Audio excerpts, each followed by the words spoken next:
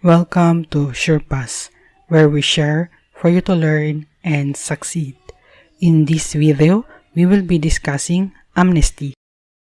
Ano nga ba ang amnesty?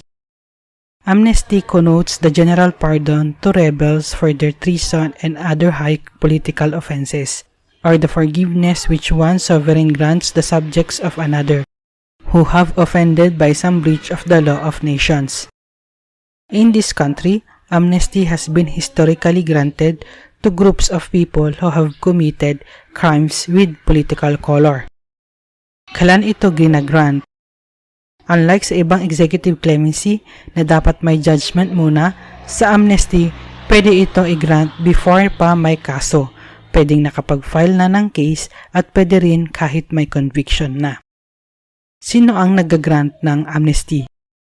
Article 7, Section 19 of the Constitution vests the power to grant amnesty to the President, subject to concurrence of a majority of all the members of the Senate and the House of Representatives. Hindi lang po President, dapat may approval din from majority ng lahat ng miyembro ng Congress. Ano ang effect ng amnesty? Amnesty looks backward and abolishes and puts into oblivion the offense itself. It so overlooks and obliterates the offense with which he is charged that the person released by amnesty stands before the law precisely as though he had committed no offense. Pag nabigyan ka ng amnesty, ang effect noon ay parang walang kang ginawang krimen, thus wala ka ng kaso or hindi ka na makakasuhan.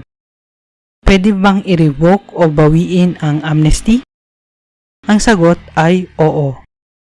Kailan pwedeng i-revoke?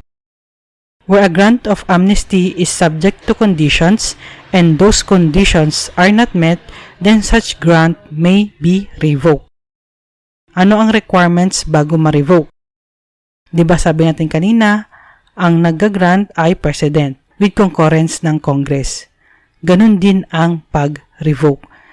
Nire-revoke ni President with concurrence din ng majority ng Congress.